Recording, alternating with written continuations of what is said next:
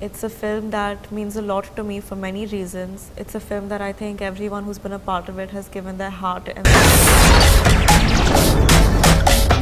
ঢালিউডে আবারও চমকের ইঙ্গিত। ঢাকাই সিনেমার মেগাস্টার শাকিব খানের বহুল আলোচিত project Prince once upon A time in Dhaka ঘিরে গুঞ্জন ছড়িয়েছে সিনেমা পাড়ায়। গোপন সূত্রে জানা গেছে সিনেমাটির একটি জমকালো আইটেম গানের মধ্যে দেখা যেতে পারে বলিউডের গ্ল্যামার কুইন নায়িকা জাহ্নবী কাপুরকে।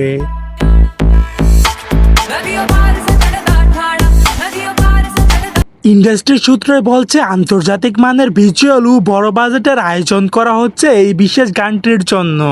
বলতে গিয়া তাও ভুলি না গান বাজে দুই কানে। শাকিব খানের Prince once upon A time in Dhaka হতে চলেছে বাংলা সিনেমার ইতিহাসের সর্বোচ্চ বাজেটের সিনেমা, যার মধ্যে শাকিব খানকে খুবই ভয়ঙ্কর ভাবে প্রেজেন্ট করা হবে।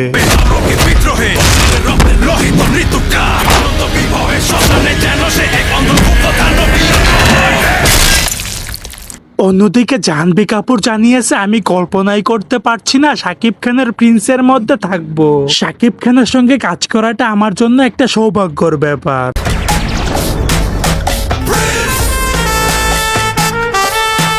দর্শক, এখন আপনারাই বলুন শাকিব খানের পাশে জাহ্নবী কাপুরকে কতটুকু মানাবে।